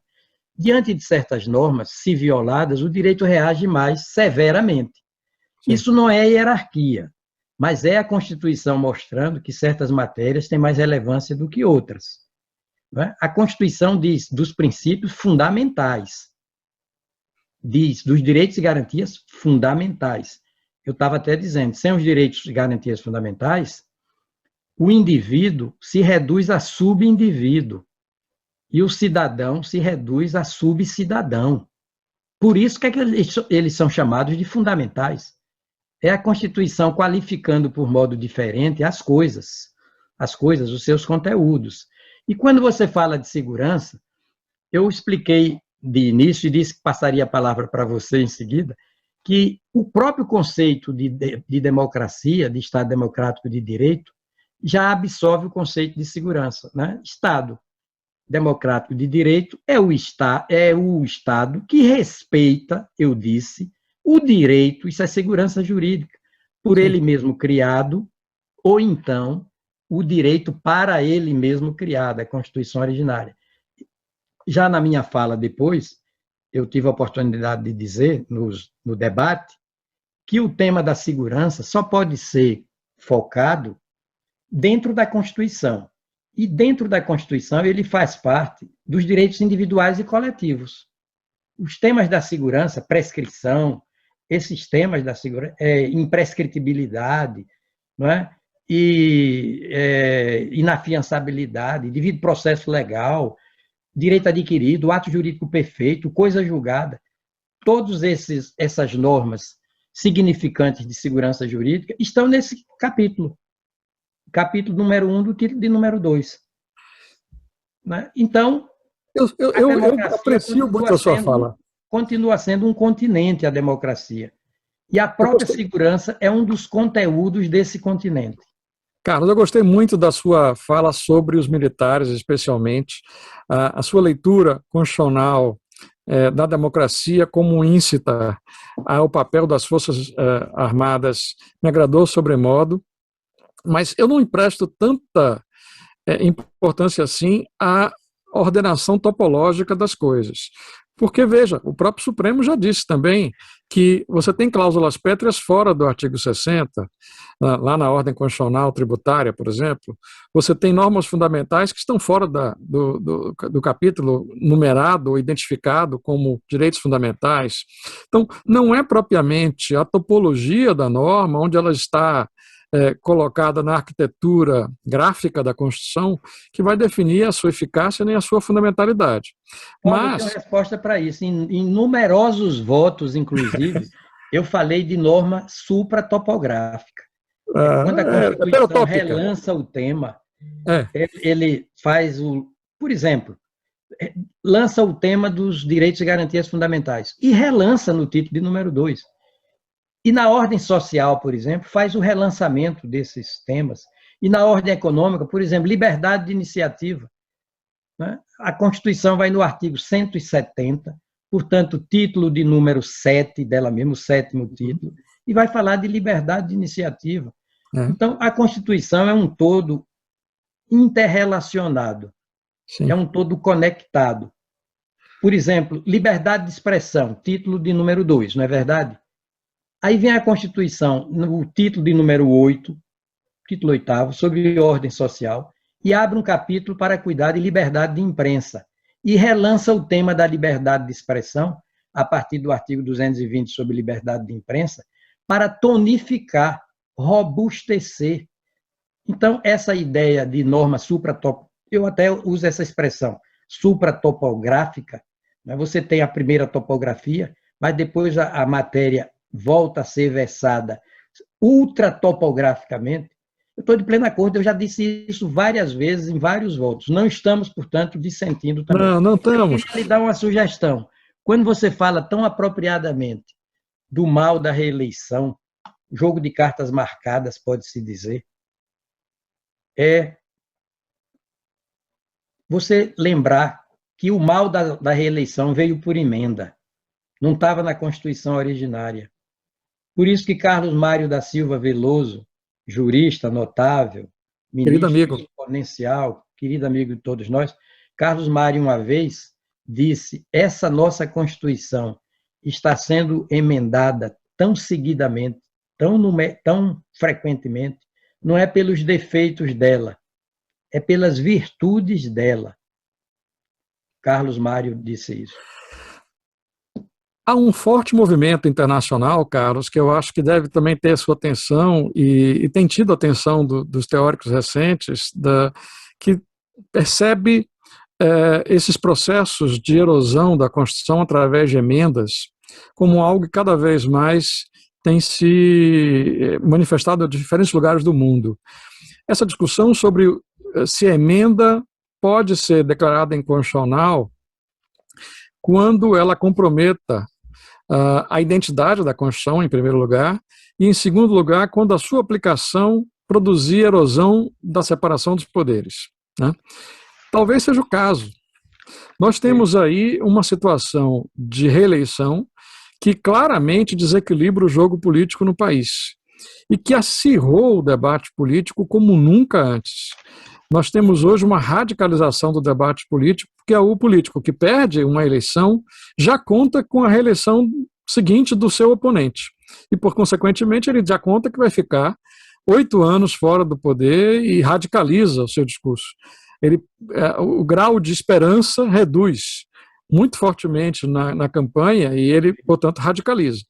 Isso faz muito mal para todos nós temos isso cada vez mais acirrado, e eu acho que é uma preocupação que todos nós, sejamos administrativistas ou constitucionalistas, mas amigos da Constituição, temos que ficar preocupados. Tá? Eu mandei para você o texto, você me pediu sobre ADC, o ADC. Ainda não recebi. Olha, nesse texto eu vou mandar, eu digo que todo o ADC é uma cláusula pétrea, inexpressa. Todo o ADC, porque ele correspondeu a um momento, a uma fotografia daquele momento entre uma Constituição velha e uma Constituição nova. Ele não pode ser mexido. Você pode ter emendas constitucionais transitórias, mas não pode mais mexer nas cláusulas que a Constituição chamou de transitórias. Porque, senão, a golpes de emenda, o legislador ordinário definitiza o que o legislador originário chamou de transitório. Excelente. Eu quero citar esse trabalho, já lhe disse várias vezes, porque o meu pensamento é muito próximo ao seu. Eu apenas faço uma distinção entre normas de transição contingentes e normas de transição de calibração. As normas de transição contingentes são aquelas que têm decisões pontuais, adotam decisões pontuais em norma de transição. Essas me parecem emendáveis, mas as normas de transição que visam equacionar a dinâmica jurídica, visam calibrar a mudança de uma situação pretéria para uma decisão futura, essas só têm uma finalidade, é estabelecer um marco de segurança jurídica, uma carta de segurança jurídica. Essas não podem ser emendadas, no meu entender. Eu escrevi sobre isso também, um artigo sobre a DCT, o reino como é que eu chamei isso? Eu recitei o reino a insustentável leveza do dever ser. Na verdade foi a insustentável leveza do dever ser. É uma norma um texto que eu publiquei no Conju e que eu trago também no livro Café com Prosa, que eu, de forma tão pouco comercial e habilidosa, não coloquei aqui o link para as pessoas comprarem, não disse que tem um código de desconto de 30%, PM30, nada disso. Não fiz nenhum marketing mais concreto e específico, seduzido pelo discurso do querido amigo Carlos Aires, que em matéria constitucional nos conduz à reflexão e esquecemos qualquer outra coisa. Eu digo mesmo, Paulo. Eu me lembro também que escrevi sobre as cláusulas pétreas, dizendo que elas são o espelho de cristal em que a Constituição se reconhece na sua parte mais essencial, mais estratégica, mais sustentável, mais definitiva. E falo também de cláusulas pétreas implícitas. Inclusive, todo o ADCT é uma cláusula pétrea lógica, implícita. Agora, eu falo também, Paulo, do artigo 3º, e todos que me ouvem e nos veem nesse debate, eu falo do artigo 3º como um nome implícito. Se o artigo 1º cabeça se chama Estado Democrático de Direito, e vem os fundamentos desse Estado Democrático de Direito, aquelas matérias que estão nos portais, na soleira da Constituição, da nossa democracia, o artigo 3º, quando fala de objetivos fundamentais, olha de novo o adjetivo fundamental. Olha a Constituição, qualificando por modo diferente as coisas. A Constituição diz dos objetivos fundamentais da República Federativa do Brasil. E vem aqueles 4 pontos cardeais. Os fundamentos são 5 estrelas, ou uma estrela de 5 pontas. Os fundamentos, número 1 ao número 5. Uma estrela de 5 pontas. Os objetivos são 4 pontos cardeais. Construir uma sociedade livre, justa e solidária. Garantir o desenvolvimento nacional. Erradicar a pobreza e a marginalização. E reduzir as distâncias sociais e regionais. Promover o bem de todos, sem preconceitos de origem social ou geográfica, de idade, de cor, de sexo, origem e quaisquer outras formas de discriminação. Eu chamo a esses objetivos fundamentais de síntese de um Estado de direito democrático. Se nós temos no artigo 1º, cabeça, um Estado democrático de direito, nós temos no artigo 3º, cabeça, um Estado de direito democrático. O conteúdo do direito é que é democrático. Então, é uma norma implícita, é uma denominação implícita, é lógica, porque nós sabemos que em direito nós temos, o intérprete ele tem que ler nas linhas e nas entrelinhas. Ele tem que ler na parte e no todo. O intérprete tem que ler na parte e no todo, e nas linhas e nas entrelinhas. Acabei de Então, pegar nas aqui o seu livro. entrelinhas, hein? Acabei de pegar aqui o seu livro, Teoria da Constituição, onde, no momento, você fala de democracia e segurança jurídica, dizendo que uma coisa não pode ser separada da outra, que num casamento de amor, a democracia e a segurança jurídica têm como fruto o Estado da Justiça. Exatamente. E é isso que você está falando aqui, né? É isso que você está falando aqui. Perfeito, É a mesma Paulo. coisa. Bem, que bom a gente debater, não é, sobre temas diretamente constitucionais, matricialmente constitucionais, porque a Constituição é a lei das leis. O que nos falta não é normatividade constitucional de qualidade. Nós temos, no atacado normativo dela, da Constituição, a melhor normatividade. Agora, isso é meio caminho andado. A outra metade do caminho é o nosso desafio de fazer da melhor normatividade constitucional a melhor experiência de vida. Por isso que eu digo, Constituição neles. A Constituição tem que ser mesa redonda. A gente tem que se sentar em torno dessa mesa redonda que leva o altissonante nome de Constituição. Ou, numa outra fórmula de síntese, mais Constituição, menos constituicídio. Muito bem. Ah, perfeito. Você falou de constituicídio pioneiramente, Paula. Eu falei de constituicidas e você falou de constituicídio há mais de 20 anos, não é isso? Há mais de 20 anos. Acho que foi um dos meus primeiros artigos no Jornal à Tarde. Eu escrevi da revisão constitucional, depois que eu assisti uma palestra do professor Josafá Marinho, de saudosa memória, na OAB. Ele se deu o trabalho de pedir a um assistente dele que levasse os vários projetos de revisão constitucional da época. E eram enormes livros que alteravam a Constituição do artigo 1º ao último, praticamente.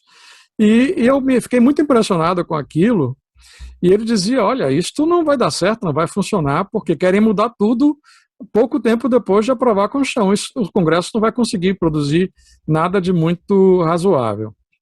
Aí, meditando sobre aquilo, eu disse, olha, isso não é uma emenda, isso é um constituicídio. Isto é uma tentativa de matar a Constituição, matar a Constituição na origem. Aí escrevi esse pequeno artigo no Jornal à Tarde, que depois de muitos anos eu consegui recuperar, e, para minha surpresa, 1 mês, 2 meses depois, eu recebi um telegrama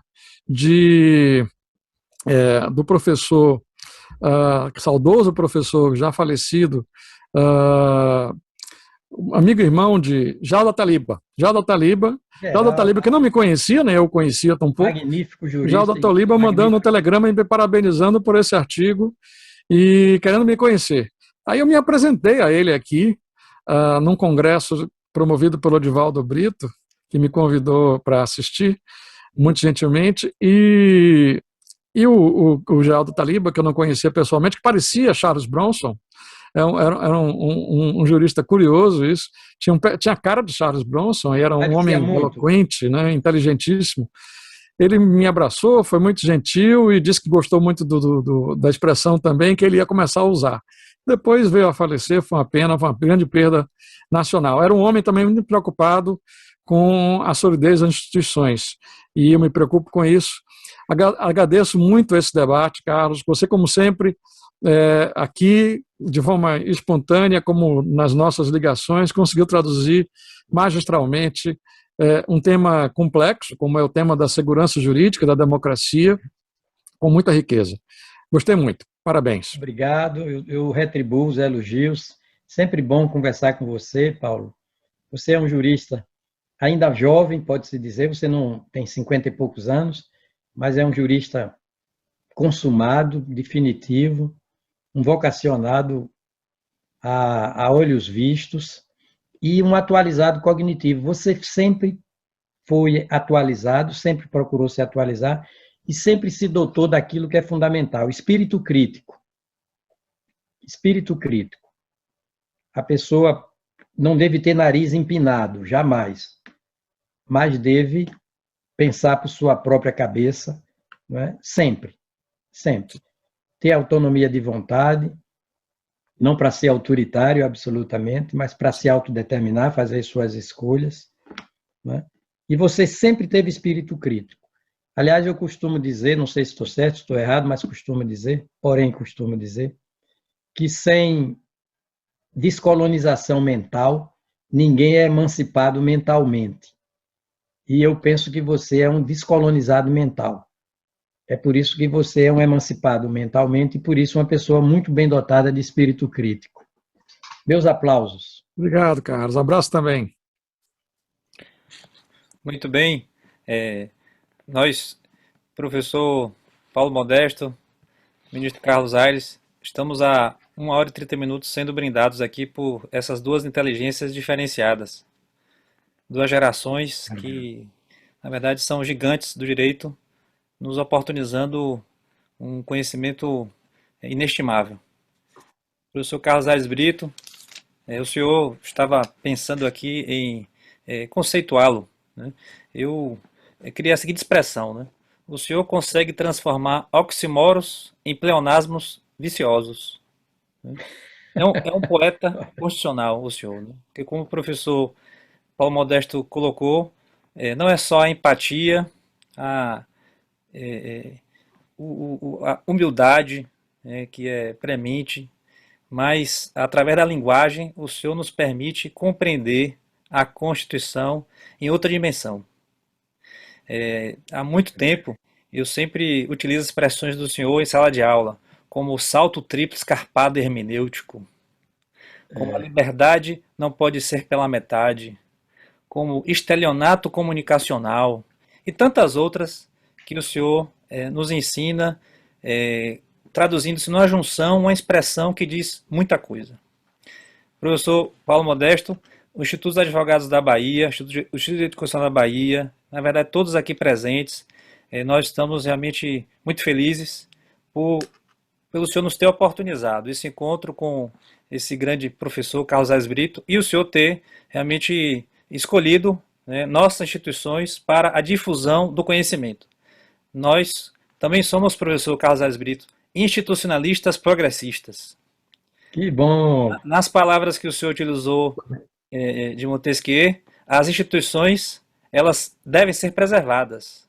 As mulheres e os homens passam, mas as instituições ficam, né? Isso. E as instituições, essas instituições acadêmicas têm como principal missão a difusão do conhecimento. Então o senhor está nos permitindo cumprir com essa honrosa missão que o Dr. Antônio Calmon, né, durante anos, sempre veio a levar muito a sério, que é realizar eventos, disseminar a cultura jurídica no estado da Bahia e em todo o país. Então, agradecemos efusivamente a esse diálogo. Eu gostaria, professor Paulo Modesto, se o senhor me permitir, como aluno, né, fazer uma pergunta, né, para os senhores, né? A gente, né, tem que aproveitar os professores e fazer a pergunta, né? Professor Carlos Aires Brito, um questionamento em relação a um assunto em torno da democracia. Quando se fala democracia, também estamos tratando de limitações à atuação dos poderes, sem sombra de dúvidas.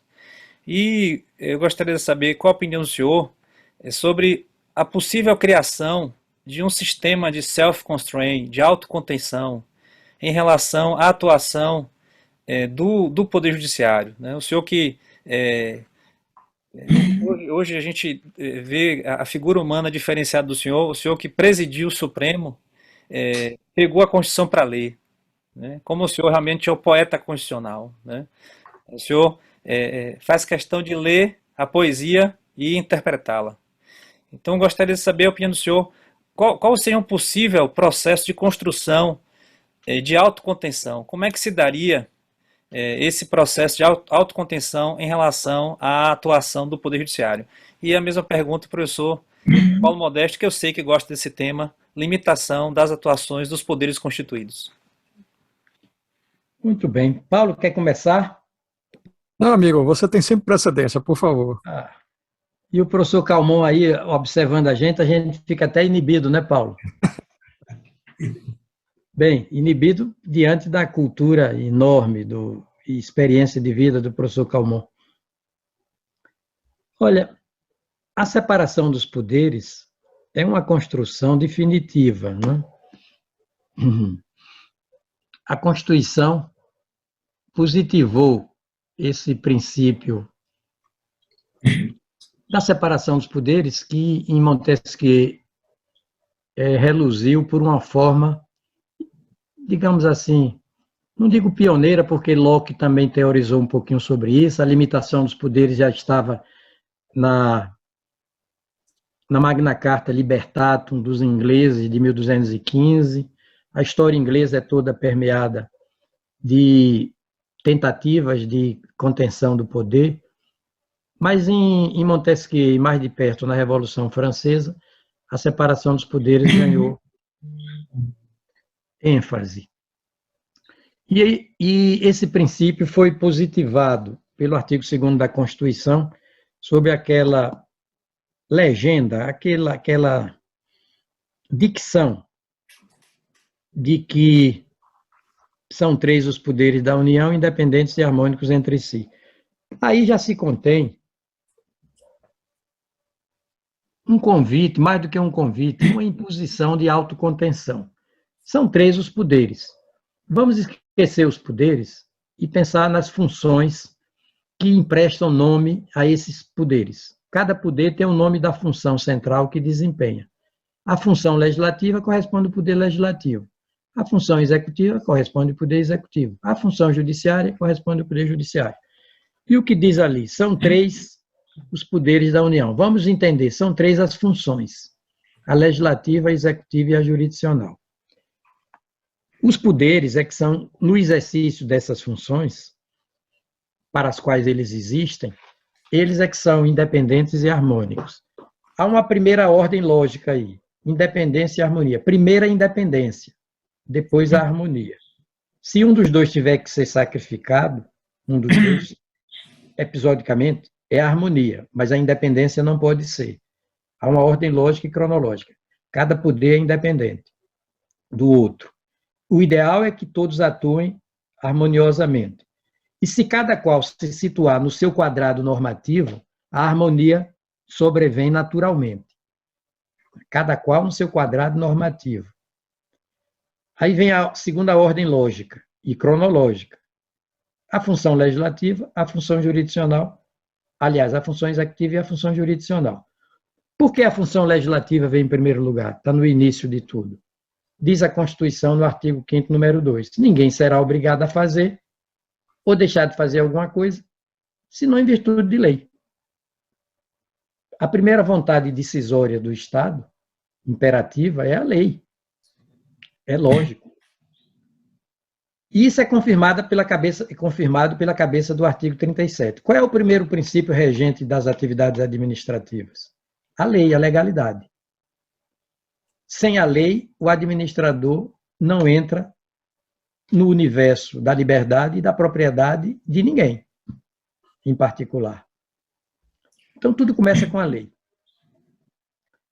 O executivo se chama executivo, e a função dele se chama centralmente executiva, por gravitar em torno da lei. É de execução imediata e ex officio, não necessariamente provocada, por quem quer que seja, da lei.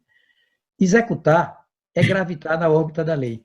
É dar à lei uma aplicabilidade imediata. Volto a dizer, tão imediata quanto ex officio, quanto por impulso próprio.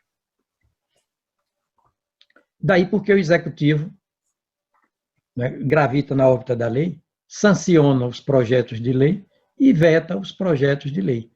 E, centralmente, baixa decretos e regulamentos para fiel execução das leis. A Constituição está coerente, é uma segunda ordem lógica e cronológica. A legislação depois da execução. Mas é preciso que haja também uma instância estatal para dizer imperativamente, com exigibilidade, se o legislador legislou de acordo com a Constituição e se o executivo executou de acordo com as leis, em primeiro lugar, e as constituições logo depois. Imediatidade as leis, imediatamente as constituições. É preciso uma terceira instância. E Kelsen dizia, as coisas litigiosas, controvertidas, não podem se perder no infinito. Linguagem de Kelsen, não pode resvalar para o interminável. É preciso um ponto terminal, lógico das coisas. É preciso uma terceira função, estabilizadora, pacificadora. Não é moderadora. Não existe poder moderador numa república presidencial. Não há poder moderador. Há distribuição de funções por órgãos diferentes. Então, o judiciário fala por último. Agora, quem fala por último termina dizendo o que cabe aos outros e o que cabe a si mesmo, por efeito da interpretação de normas, notadamente as constitucionais, que têm uma textura redacional meio aberta, principalmente as principiológicas. É natural isso. Os princípios são como que janelas abertas para o porvir, porque eles têm uma certa ductibilidade, plasticidade redacional. Eles são sintéticos por definição. Pluralismo político, soberania, cidadania, dignidade da pessoa humana. Olha como eles são sintéticos. Desenvolvimento nacional. Então, esse terceiro poder, realmente, ele pode se exceder e deixar de se situar no seu quadrado normativo para invadir a esfera de atribuição ou funcional dos outros dois. Agora, o que faz a Constituição? Para que isso não aconteça, ou aconteça com muita dificuldade. Cerca esse terceiro poder de cautelas com que não cerca os outros dois. As outras duas funções não são tão acauteladas como a função jurisdicional. Basta lembrar que o judiciário atua, obrigatoriamente, no âmbito de um sistema de justiça externo a ele, de que fazem parte o Ministério Público, a Defensoria Pública, a Advocacia Pública e a Advocacia Privada. E é esse sistema que impulsiona e controla o judiciário. Tirante, aqui e ali, por exemplo, em matéria de súmula vinculante, o Supremo age ex officio. Mas isso é exceção. O judiciário só pode atuar debaixo de um processo legal substantivo e sob um sistema recursal generosíssimo. Né? E é obrigado a fundamentar suas decisões todas sob pena de nulidade e proferir essas decisões publicamente sob pena de nulidade. São tantas as cautelas constitucionais visando a exacerbação da função judiciária. É o que se tem chamado hoje a exacerbação, a usurpação, de ativismo judiciário. O ativismo, ele é inconstitucional, significante de invasão da esfera de competência dos outros dois poderes. Agora, a imprensa de ordinário confunde, e o leigo em geral, os leigos em geral, confundem ativismo com proatividade interpretativa. São coisas diferentes.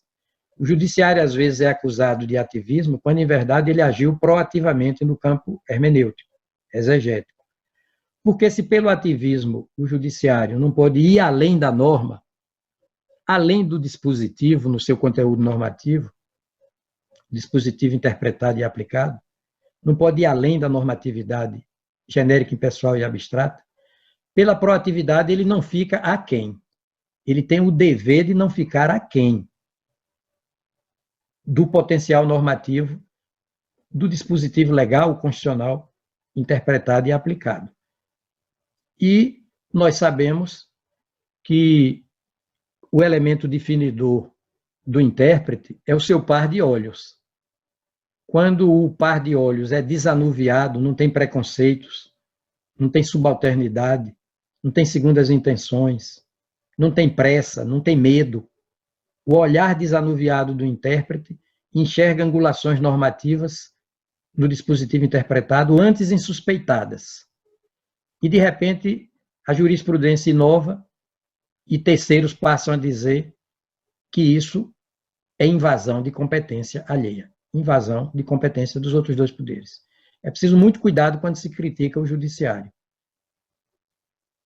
Portanto, a autocontenção deve haver sempre. E, na dúvida, é preciso ser deferente para com os outros dois poderes. Dúvida fundada. Aquela probabilidade de se tratar de função alheia muito próxima da certeza. Aí o judiciário tem que se autoconter. É uma matéria sempre em aberta, nunca vai deixar de ser assim. E, com o tempo, o judiciário começa a ser escrutinado pela imprensa, pelo grande público, pelo sistema de justiça com mais rigor e passa a tomar, naturalmente, bem mais cuidados. Não é? É um processo. Democracia não vence por nocaute. Não vence, é por acúmulo de pontos.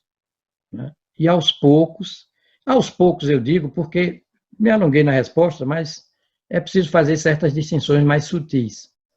A vida com V maiúsculo é a vida que nos serve de entorno, não é a nossa vida com V minúsculo. Essa é a vida de cada um de nós. Para a vida com V minúsculo, 32 anos de Constituição, o marco dos 32 anos. Esse marco pode ser muito longo, mas para a vida com V maiúsculo, que é a vida da coletividade, que é o tempo histórico, esse marco ainda é curto. Daí Eduardo Culturi dizer, o tempo se vinga das coisas feitas sem a colaboração dele. É preciso o transcurso do tempo para a gente se apropriar cognitivamente de uma Constituição tão materialmente expandida e ricamente principiológica como a Constituição de 1988. É preciso também ter um pouco mais de compreensão para com o Poder Judiciário na cognição progressiva das coisas. Excelente, Carlos, excelente. A minha resposta pode acrescentar muito pouca coisa. Desculpe, Carlos. O que eu posso responder para a provocação do Carlos Ratz é muito próxima da resposta do ministro Carlos Aires Brito. Na verdade, eu também acho que é preciso separar claramente, quando se extravasa dos limites razoáveis de compreensão normativa, para simplesmente compreender qualquer interpretação inteligente, atualizadora da Constituição como o ativismo judicial. Não é isto o caso e é preciso separar as coisas. O que eu acho que nós precisamos aprender é com a história.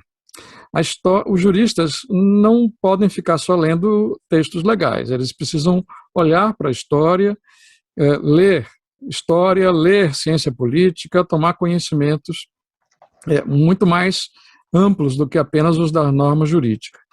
A história, ela ensina que as coisas acontecem porque existem oportunidades, né?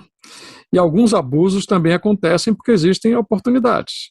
Então, é preciso pensar a história não como simplesmente um acidente de opiniões, mas sim por um sistema de incentivo. Se existem incentivos para uma proatividade maior do Poder Judiciário, ele terá essa proatividade maior. Se existem incentivos para uma atuação mais autoritária do Poder Executivo, ele fará.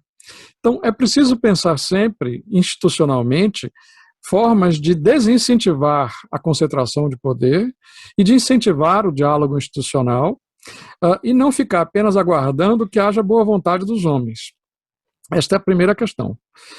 E isto é estudado não apenas em direito, mas é estudado em economia, é estudado em ciência política, estudado em tudo, na verdade. Quando hoje se discute a teoria da decisão, você precisa saber como é que você incentiva as pessoas a fazerem poupança, por exemplo. Como é que você incentiva as pessoas a emagrecerem. Como é que você incentiva comportamentos que são considerados prezáveis, né? Então, e a autorrestrição vai estar aí, né? Como é que você incentiva a autorrestrição, né? É óbvio que se alguém deseja fazer um regime, não deve povoar a geladeira de doces. Isso é óbvio. Você, ao deixar de ir no supermercado comprar doces, você está fazendo uma autorrestrição e criando obstáculos, dificuldades para o abuso no consumo de calorias. A mesma coisa existe em termos institucionais, né? Você não pode criar oportunidades para que decisões singulares de ministros sejam lidas como abuso de poder. Então, você tem que tentar valorizar o plenário. Você não pode deixar que o judiciário seja estimulado a decidir questões de modo surpreendente ou inovador, senão incentivando e pensando a arquitetura do legislativo para que ele funcione mais rápido. É preciso pensar, portanto, sempre o institucional. É esta a minha contribuição aqui. Há uma frase que eu gosto muito de um livro de ciência política que todo professor de direito constitucional devia ler, chamado Ulisses Liberto, de John Elster, que tem ele cita, o próprio Elster cita uma frase do Stock, que eu já citei num artigo meu, que diz assim: constituições são correntes com as quais os homens se amarram em seus momentos de sanidade para que não morram por uma mão suicida em seu dia de frenesi. Esta frase é excelente. Boa, exatamente boa. A autorrestrição é a ideia de autorrestrição como algo que nós temos que tomar no momento em que não há disputa, não há frenesi, não há a pressão do cotidiano direta, há um momento de sanidade, há um momento de tranquilidade, para pensar, então, os sistemas de freios e contrapesos fino. Freios e contrapesos não é uma construção definitiva. Freios e contrapesos é uma construção que precisa de desenvolvimento. Na medida em que você identifique disfunções no jogo de poderes, você tem que aperfeiçoar o sistema de freios e contrapesos.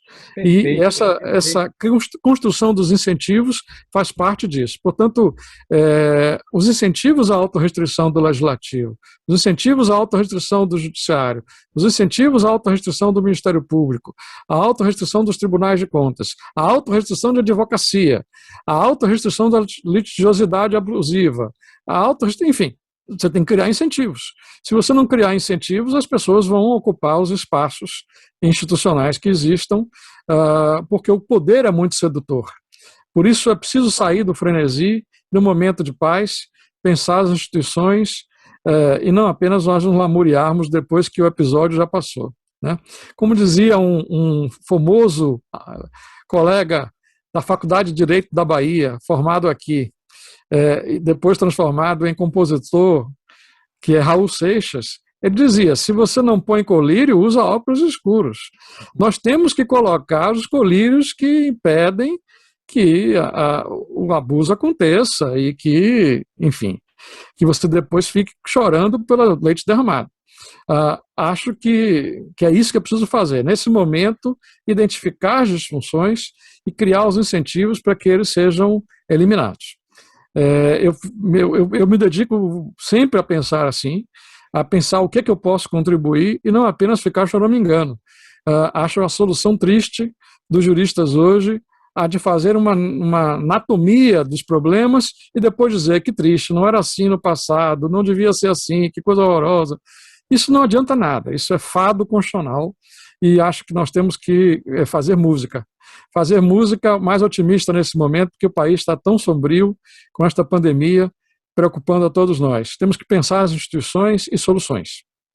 Ô Paulo, na linha do seu pensamento, eu me lembrei de Fernando Pessoa, que certa feita, humildemente, disse: o universo não é uma ideia minha.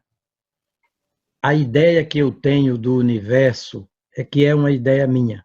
Exatamente. O universo não é uma ideia minha. A ideia que eu tenho do universo é que é uma ideia minha. Eu era muito jovem quando li esse verso.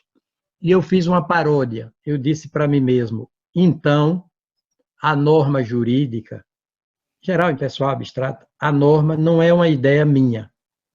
A ideia que eu tenho da norma é que é uma ideia minha. Portanto, rédea curta comigo. Eu tenho que me salvar de mim mesmo, viu, Sarita? Eu não posso fazer autoritariamente da minha vontade subjetiva à vontade objetiva da norma.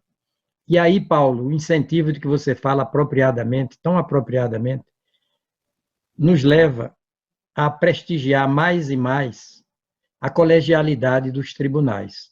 Quanto mais a decisão for submetida à colegialidade, maior a possibilidade de acerto, menor o risco de erro. Então, o monocratismo não é, deve ser contido ao máximo, ao máximo. O que interessa, veja no Supremo, quando a decisão é tomada por 11 ministros, são 11 pares de olhos, são 11 experiências, são 11 vocações. E o ministro sozinho não decide, ele vota. Ao passo que o ministro que decide monocraticamente, ele decide sozinho.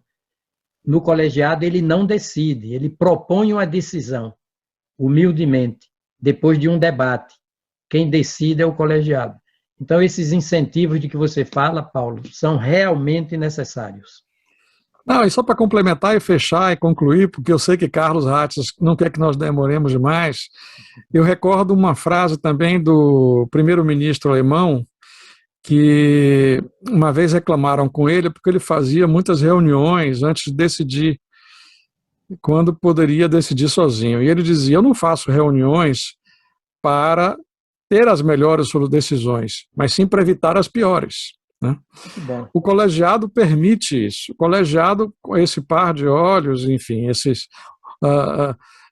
diálogo que acontece no próprio tribunal, permite que outros ângulos sejam considerados e que a paixão e o frenesi do momento não assalte um ministro e ele o delibere. Eu sou um defensor absolutamente apaixonado do Supremo Tribunal Federal, todos sabem, sou amigo de muitos ministros e gosto do trabalho que é feito lá. Por isso, sempre prefiro o colegiado. Sempre acho que o colegiado preserva a legitimidade da corte, preserva os próprios ministros e evita um desgaste institucional desnecessário.